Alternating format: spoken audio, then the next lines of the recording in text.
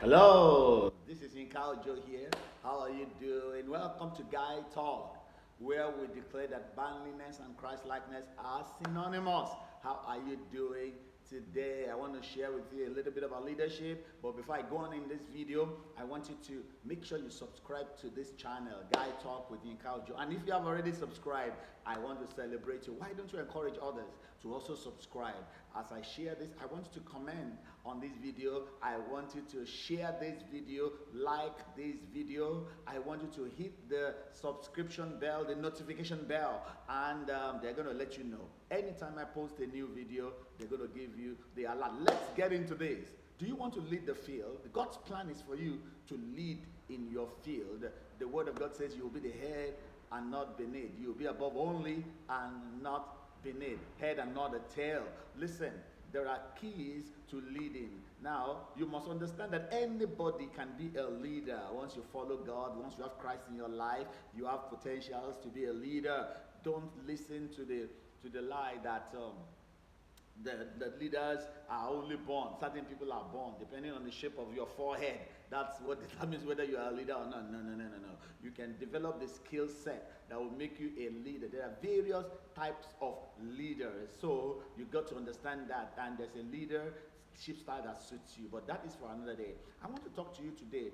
Part of leading is managing people and leading a team. When you have to achieve a project, you need to know how to lead your team, put together a team, and lead the team. Now, the most crucial part of that is you must know who you are. So let's say you've been given a project to execute, and then you have been told to pick 6 team members. The first thing before you pick your team members, if you're going to succeed, is that you got to know what kind of person you are. There are people think about broad 2 types of personalities. People think about extroverts and introverts. Are you an extrovert? Are you an introvert? Now, but beyond that, I don't know if you've ever heard of the 4 personalities: the choleric, the sanguine, the phlegmatic, and the melancholic. So the extroverts are made up of 2 personalities: the powerful choleric and the popular sanguine. How do you know whether you are a choleric or a sanguine? The choleric is always very powerful, strong.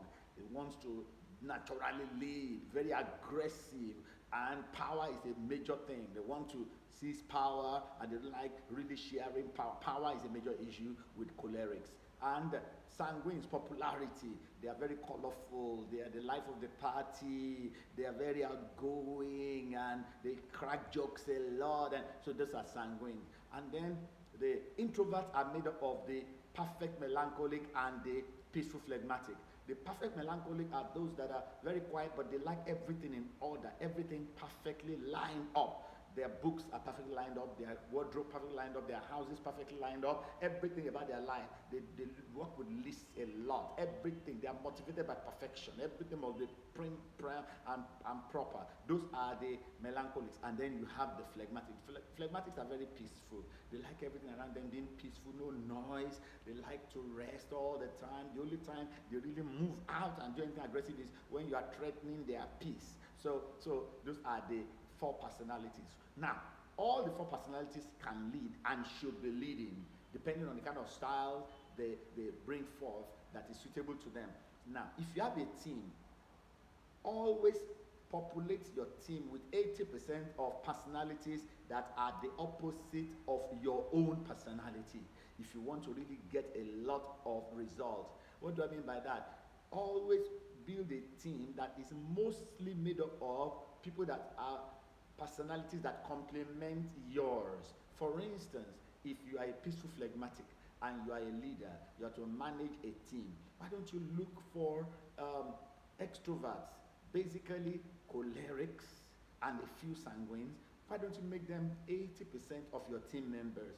Because the remaining 20 and yourself already cater for the phlegmatic and the melancholic personality skill set. So what you'll have is a well-rounded team.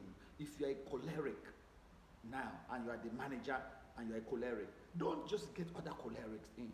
Why don't you get phlegmatics? Why don't you get a little bit of sanguine and melancholics, put them in, so that together with your strength as a choleric, you have a well-rounded, well-balanced team that will achieve success.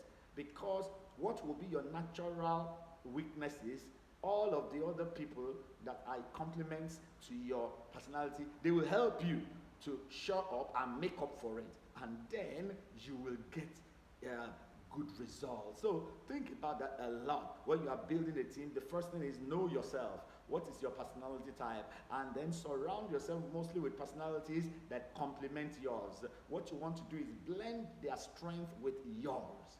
And we see an example in the Word of God. We see a person like Moses. Moses' personality is more of a very melancholic, perfect kind of person. He is what we'll call an introvert, actually. But by the time they were going to start moving out and getting into the promised land, and they needed to start taking territories, God put him together with another young man called Joshua. Joshua was different. Joshua was an aggressive, powerful choleric. He was a warrior. He wasn't into writing things and documenting things. Those are the kind of things that melancholics are very good at. They document things step by step. That's why God used him to write the first 5 books of the Bible with so much detail and clarity. God gave him the pattern of Israel, the pattern of the temple with so much detail, and he was able to document it. Those are the strengths of melancholics. But he needed somebody who is outgoing, who is aggressive, so that they could do all the battles for years. They kept on fighting from war to war and settling the new nation. And it was the kind of personality of Joshua, a choleric, that could get that done. And you see that with that blend, the work was able to move forward. So think about that when you are a leader. If you need to pick a PA, for instance, why don't you pick a personal assistant that has a personality set that is complementary to the one that you are already strong at? Why don't you pick that? It's likely that you will succeed the more if you do that. Well, what do you think about what I've just shared concerning this leadership skill of staffing based on the personality that complements? Why don't you make a comment for me? Why don't you tell me what you think about this? Also remember to subscribe, and hit the notification button. Also, I want you to share this. I want this message to go around all over the world. So click share on other social media platforms and like this video. Well, until the next time I see you, I want you to keep on ruling and reigning and keep on winning. Yinka Ojo here with Guy Talk, saying bye.